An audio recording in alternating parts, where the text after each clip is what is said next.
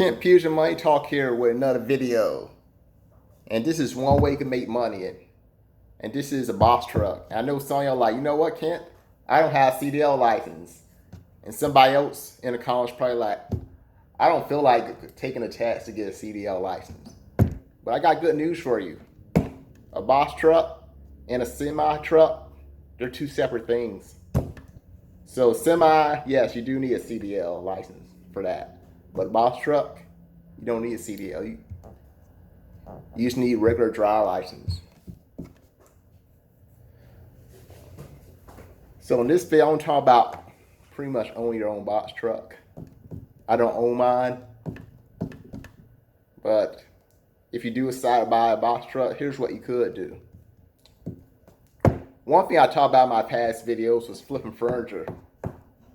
A box truck would pretty much be perfect for flipping furniture.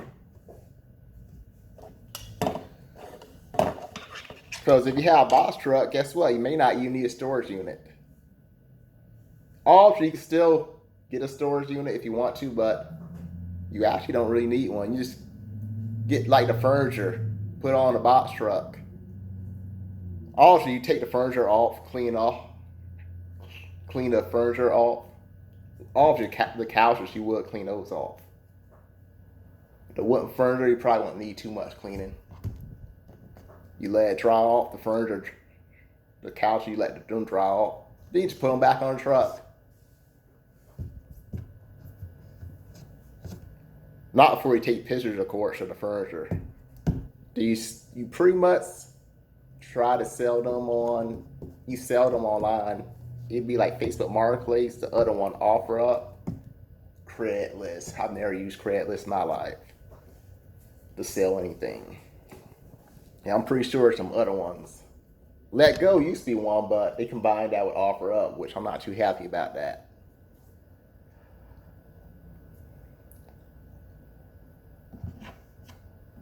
So when it's time to sell, guess what? You just get in that box truck. You go to the address, you drop the furniture off, you get paid, and you pretty much do it again. So that's what's flipping furniture. But now flipping pallets. With this one, when I was on one of my routes, I forget where it was. It wasn't Yulee. I was in that area. I think it was Yulee, the area I was in. I looked, and I pretty much saw that they actually buy pallets. I'm like, that's pretty cool. So it had me thinking, if you pretty much went to like some companies, you offered to, it could be like companies or warehouses that have too many pallets. Because some of these warehouses, they have so many pallets, they don't know what to do on. They stack up like crazy. They're just in the way. So you could offer to take the pallets for them for a certain amount of money. Like, okay, I'll take these pallets.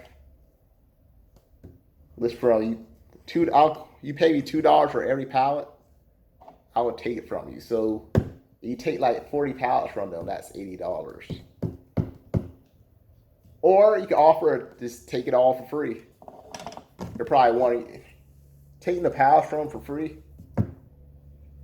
All if you're still getting paid, because when you go to like the place to pretty much exchange your pallets for the cash, you're still getting paid that way. So either way, whether you charge your customers to take the pallets from them or not, you're still going to get paid when you exchange those pallets for cash. So I can't remember how much they paid, but when I was driving, I saw it. I thinking, man, that's pretty cool. So I thought I'd throw that in there. A way you can make money with a box truck. And this is the third way. May I do like another video one day with a box truck? And I'll have somebody that actually does this kind of work. Hopefully, if I get somebody on this channel that does this kind of work. Because there are some YouTubers that have their own box truck, or they rent from Ride or whatever. But either way, it's their own business, and they make money that way. So like, get in touch with one of those YouTubers, collaborate with them. That'd be pretty cool. Cause I know there's some people on here that probably interested in doing it, but they want to hear from somebody that actually does it.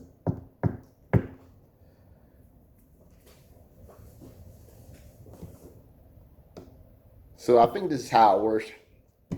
They go to these people that drive these box trucks for business. They have like their dispatchers, and these dispatchers, they pretty much hooked up with a company to pick up a load and then drop a load. So that's how that works. They pick up a load from a location, then that load they take it to a different location. Then they pay you a certain amount of money for every mile that you drive in that box truck. So let's say they're paying you like 2 miles, $2 per mile pretty much. And you have a load.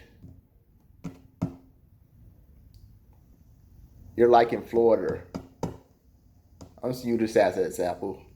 And you have a load to pick up in Oklahoma. And you're dropping that load somewhere. We're going to say you're dropping that load off in, where can we say you're dropping it off? In North Carolina. So how many miles would that be? Florida to Oklahoma. I think it was like around 1,100 miles. Then I don't even know how many miles North Carolina is from Oklahoma. I honestly don't know. But I'm just going to say it's 500 just for the sake of this video. I know it's probably more than that, but I'm just going to say 500 for the sake of this video. So all that together is like what? 1,600 miles. So they're offering to pay you like $2 per mile. That'll be like what? $3,200. So it could be worth it. You just gotta factor in how much prices the gas is gonna be and all that. If you think it's a fair price, I imagine you would go for it. But you think it's not enough to like cover the gas and all that, then I imagine you could offer, okay, $2. It's not gonna cut. $3. I'll do it for $3 per mile. So I think that's pretty much how it works. You just gotta go negotiate the miles, the dollars per miles you're willing to do the trip.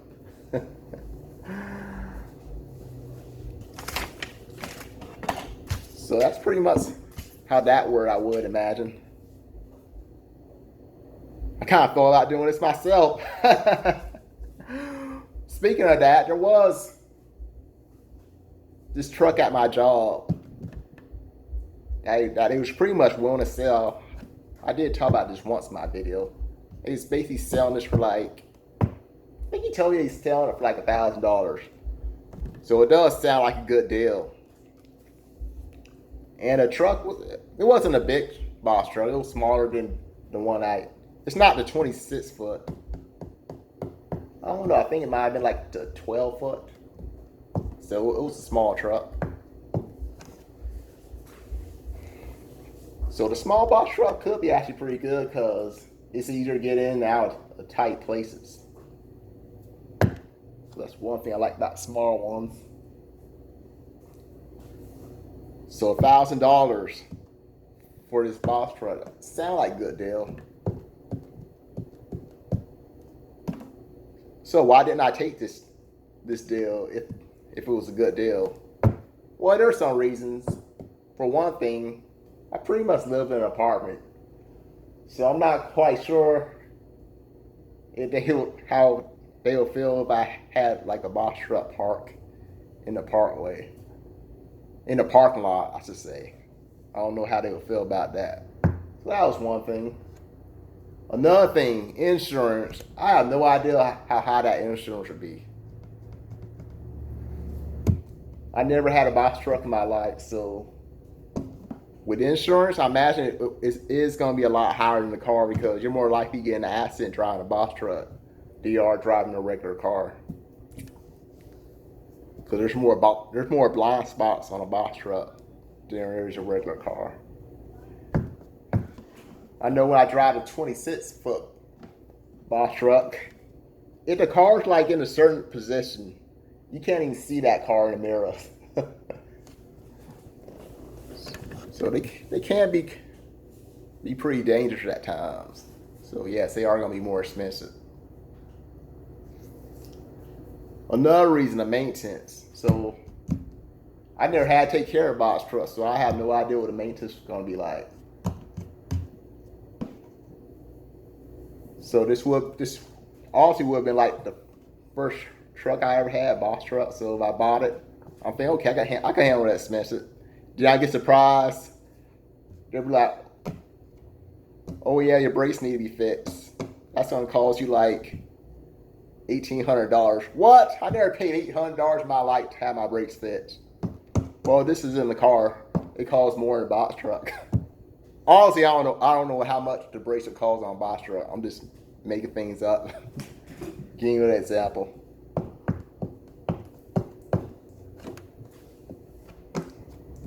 Then there was another reason too. It was basically like an old box truck. It still played cassettes, so I believe that box truck was like from the 90s. And it was hard for them to find parts to the truck, so I think that's another reason they was wanting to sell it. Because also, if it's hard to pretty much find parts to a truck, then I'm not really feeling it. Because if the AC go out, I want that AC fixed, and they don't have parts to fix it, I am not driving that box truck, especially here in Florida. Right now, it's like freaking 90, 100 degrees in Florida this time of year. So driving a vehicle with no AC, it's like suicide.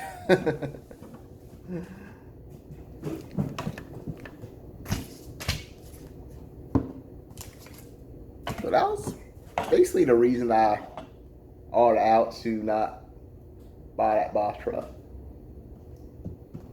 Now I feel that, because honestly, if I was going to make money with that box truck, it would have to cover the insurance, the maintenance, because there are going to have to be some repairs.